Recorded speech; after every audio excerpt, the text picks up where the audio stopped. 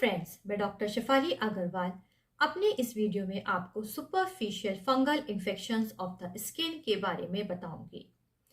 These fungal infections can be divided into superficial fungal infections which affects your skin, nail and the mucous membrane, and the deep fungal infections which affects your brain, lungs and the urinary tract.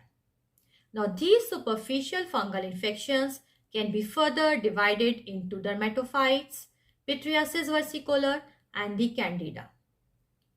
But the most common superficial fungal infections of the skin are caused by dermatophytes, and we also call as a dermatophytosis or tinea. These fungal infections are divided according to the area of the body affected. We call it a Tinea Capitis if these fungal infection affects your scalp.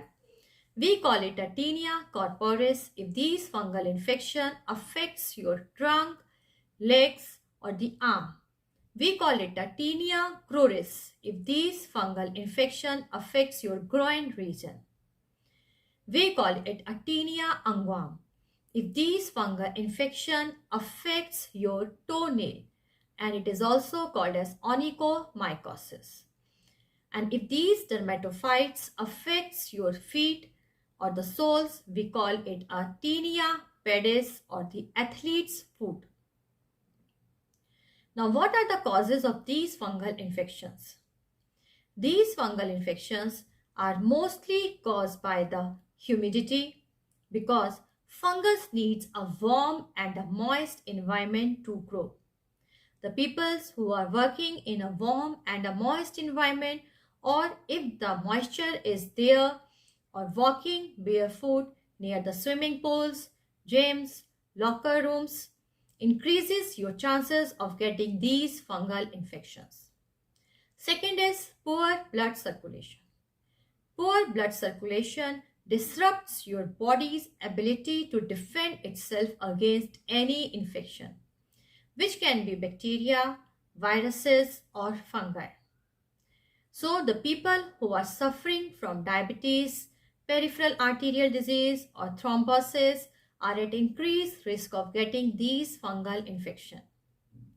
The third is immunodeficiency disorders. Persons who are suffering from immunodeficiency disorders or who are nutrient deficient, people who smokes or lives under stress are more prone to these fungal infections. Third is certain medications. The people who are on a long-term use of corticosteroids, radiation therapy, chemotherapy and some other medicines are at increased risk of getting these fungal infections. And the last is skin and the nail injury.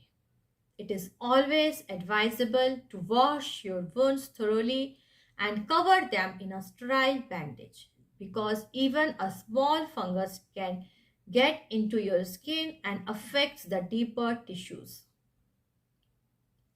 Now, these are the common causes of the fungal infection. The first, the fungal infection that affects your scalp region is the Tinea Capitis. It is most common in children and it is highly contagious. Means it can spread from one person to another person very easily. The signs and symptoms of these fungal infections includes the scalp, maybe some bare patches or scalp can be seen, scaly patches can be seen on your scalp. Itching is marked in any cases of fungal infection and the hair loss can be present. Now, what are the medicines we give in these cases of fungal infection? The first medicine that comes is the Mesothelium. Here, a thick leathery crust is present on the scalp. It is generally given in 30th potency and thrice a day. The second medicine that comes is the Graphites. Here, humid itchy eruptions are present on the scalp with a bad odor from them. It is also given in 30th potency and thrice a day. Calimure 6x can be given in all the cases of Tinea Capitis and it is given 4 tablets thrice a day. Basilinum can be given in all the cases of skin fungal infections and it is generally given in 1 m potency. Now, the second fungal infection that affects your body, your trunk, your neck, your arm region is called Tinea Corporis. And if these dermatophytes affects your groin region, we call it a Tinea Corporis. Tinea Corporis is most common in the young adults.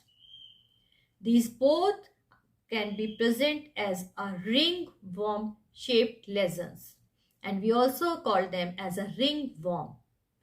The signs and symptoms of these ringworms include a characteristic ring-shaped lesions with central clearing and the leading scales.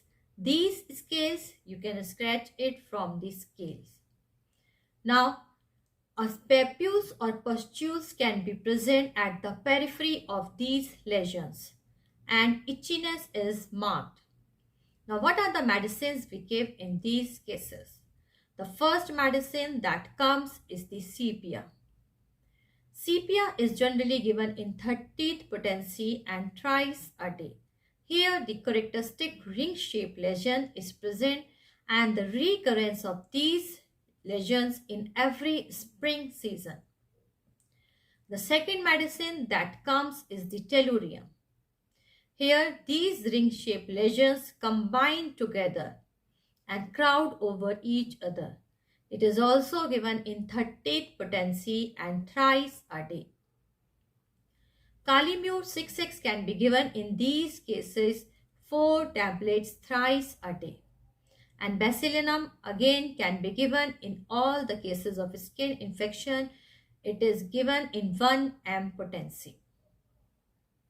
The third, dermatophytes. If these dermatophytes affects your soles or the feet, we call it a Tinea Pedis or the athlete's foot.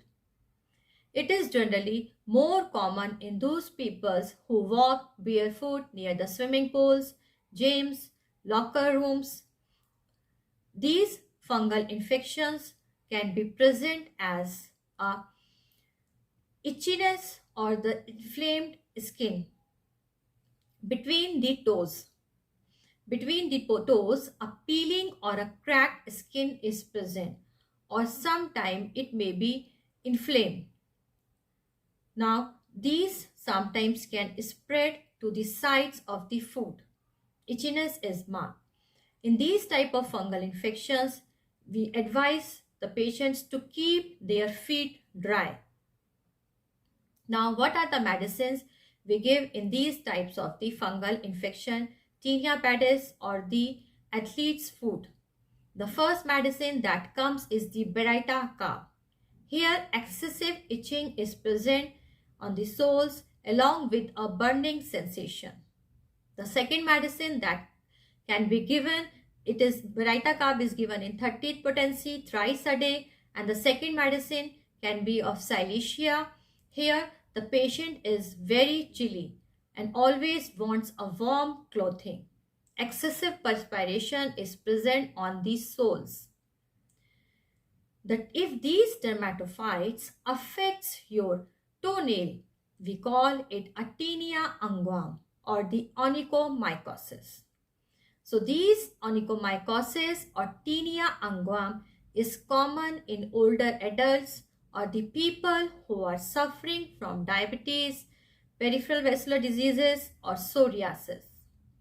The signs and symptoms of these Tinea unguam includes the thickening of the nail. These nails can be present as a split nails, longitudinal ridges can be present on the nail or sometimes they changes their color from yellow, brown to gray or the black. Now, what are the common medicines we give in these cases? The first medicine that comes is the antim crude. Antimicrote is generally given in thickening of the nails, and sometimes a horny skin is present under the nail. Here, along with thickening of the nail, thickening of the soles can also be seen. It is given in 30th potency thrice a day. The second medicine that comes is the Graphites. Graphites is given in those cases of the fungal infections of nail where the nails grow too slowly. Nails can change their color from brown, black to gray or black.